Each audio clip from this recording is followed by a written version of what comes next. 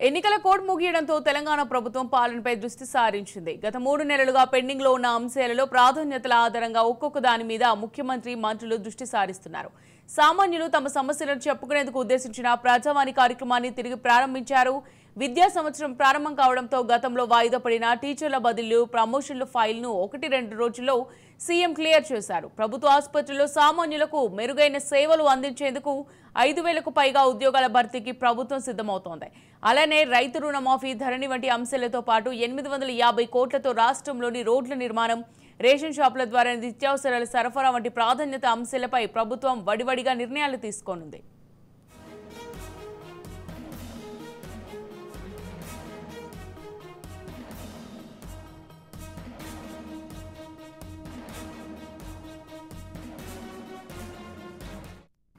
ఇక రేవంత్ రెడ్డి సీఎం కాగానే ప్రజలు తమ సమస్యలు నేరుగా ప్రభుత్వం దృష్టికి తెచ్చేందుకు ప్రజావాణి కార్యక్రమాన్ని ప్రారంభించారు.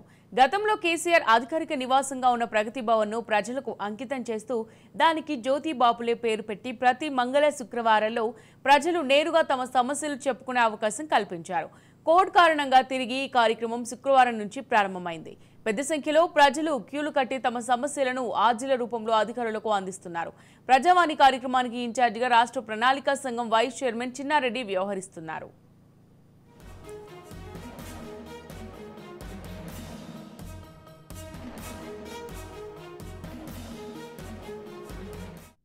జూన్ 12న విద్యా సంవత్సరం ప్రారంభం కావడంతో ప్రభుత్వం టీచర్ల పదోన్నతులు, బదిలీలకు నోటిఫికేషన్ జారీ చేసింది.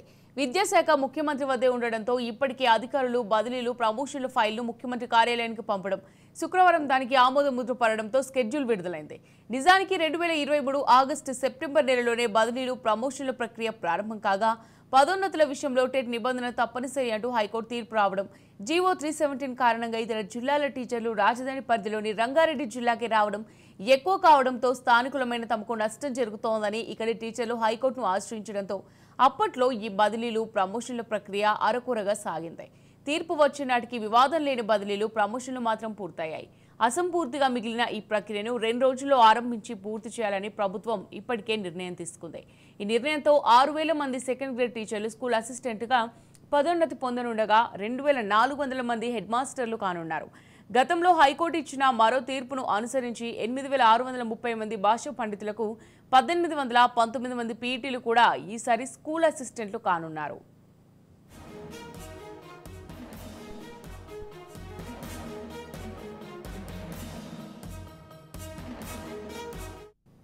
వైద్య విధాన పరిషత్ ప్రజారోగ్య శాఖలో 5,348 ఉద్యోగాలను భర్తీ చేయాలని 2.5 నెలల క్రితమే సీఎం రేవంత్ రెడ్డి నాయకత్వంలోని కాంగ్రెస్ ప్రభుత్వం నిర్ణయించగా ఈ ఉద్యోగాలకు ఆర్థిక శాఖ అనుమతి కూడా లభించింది. అయితే కోడ్ కారణంగా ఇది నిలిచిపోయింది. వైద్య ఆరోగ్య సేవల రిక్రూట్మెంట్ బోర్డు ద్వారా పోస్టులు భర్తీ కానున్నాయి. కొత్త వైద్య కళాశాలలు రావడంతో పాటు వైద్య ఆరోగ్య సేవలు జాప్యం లేకుండా పూర్తి స్థాయిలో అందించాలని జాతీయ వైద్య మండలి నిబంధనలు కట్టెతరం చేయడంతో ఎంత త్వరగా వీలైతే అంత త్వరగా ఈ ఉద్యోగాల భర్తీని చేపట్టాలని ప్రభుత్వం భావిస్తోంది. ఈ మొత్తం ఉద్యోగాల్లో 3,235 పోస్టులు విద్య, వైద్య, డాక్టరేట్ పరిధిలో ఉండగా మిగిలిన 2,113 ఉద్యోగాలు ప్రజారోగ్య కుటుంబ సంక్షేమ శాఖ, వైద్య విధాన పరిషత్, ఇన్స్టిట్యూట్ ఆఫ్ ప్రివెంటివ్ మెడిసిన్, ఔషధ నియంత్రణ మండలి, ఆయుష్, ఎంఎన్జే క్యాన్సర్ పరిధిలో ఆసుపత్రి పరిధిలో ఉన్నాయి.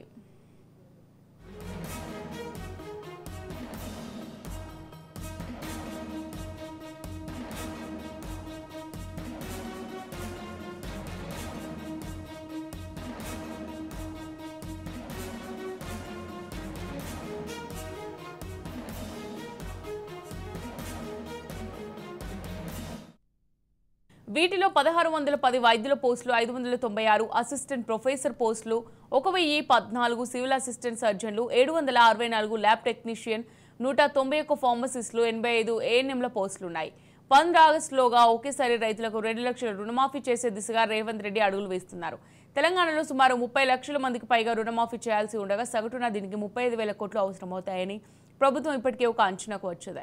రాష్ట్ర ఆర్థిక శాఖ ఇప్పటికే తమ ఆలోచనను ఆర్బీఐ, కేంద్ర ప్రభుత్వ పెద్దల దృష్టికి తీసుకురావడమే గాక రుణమాఫీ కార్పొరేషన్ ఏర్పాటుకు రంగం సిద్ధం చేస్తోంది. ముందుగా బ్యాంకులను ఒప్పించి వారి రుణాలను ప్రభుత్వ ఖాతాకు బదలాయించి బ్యాంకుల నుంచి రుణమాఫీకి సరిపడా మొత్తాన్ని తీసుకొని ఆ బాకీని వడ్డీతో సహా నెలవారీ కిస్తులుగా కట్టాలని ప్రభుత్వం యోచిస్తోంది.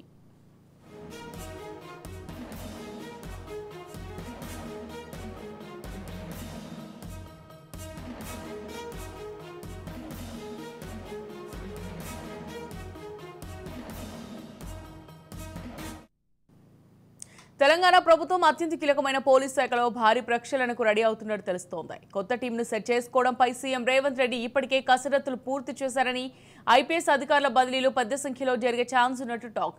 డీజీపీ, పలువురు పోలీస్ కమిషనర్లు సహా పలు కీలక పోస్టుల్లో ఉన్న అధికారులకు స్థానచలనం తప్పదనే చర్చ జోరుగా నడుస్తోంది.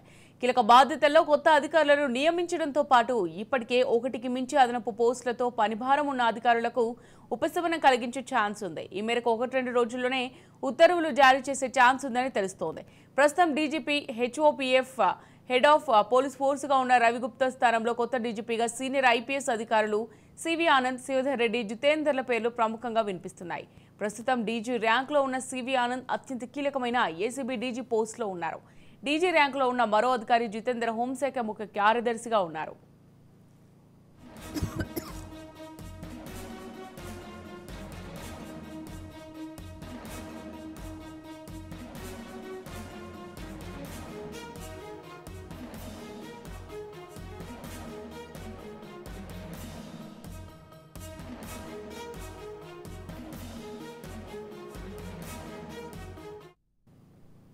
అయితే ప్రభుత్వం మాత్రం సీనియర్ ఐపీఎస్ శ్రీధర్ రెడ్డి వైపు మొగ్గు చూపుతున్నట్టు ప్రచారం జరుగుతోంది.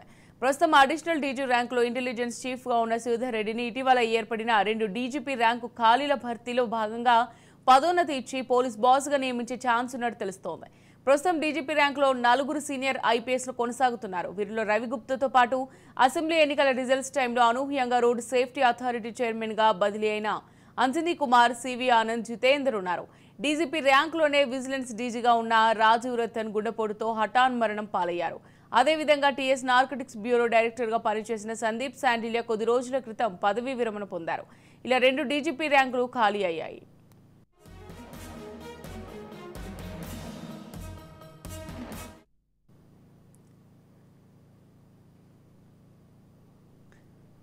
అయితే ప్రస్తుతం హైదరాబాద్ సిపిగా ఉన్న కొత్తకోట శ్రీనివాస్ రెడ్డి, ఇంటెలిజెన్స్ అడిషనల్ డీజీగా ఉన్న శ్రీధర్ రెడ్డిలకు డీజీపీలుగా పదోన్నతి లభించే ఛాన్స్ ఉంది. Karimnagar police commissioner Mohanty, Warangal commissioner Amber Kishore Jha, Ramagundam CP శ్రీనివాసులకు స్థానచలనం కలిగే ఛాన్స్ ఉన్నట్టు ప్రచారం జరుగుతోంది. ఇంటెలిజెన్స్ ఏడీజీ పోస్టులో ఉన్న శ్రీధర్ రెడ్డికి డీజీపీగా బాధ్యతలు అప్పగిస్తే ఆ స్థానంలోకి మరో సీనియర్ ఐపీఎస్ అధికారి రమేష్ రెడ్డి వెళ్లే ఛాన్స్ ఉన్నట్టు తెలుస్తోంది. ఇక ప్రస్తుతం అడిషనల్ డీజీగా ఉన్న శిఖా గోయల్ వద్ద కీలక పోస్టులైన సిఐడి, మహిళా భద్రతా విభాగం, టీఎస్ సైబర్ సెక్యూరిటీ బ్యూరోలున్నాయి. వీటిలో కొన్నింటిని ఇతర ఐపీఎస్లకు అప్పగించనున్నారు.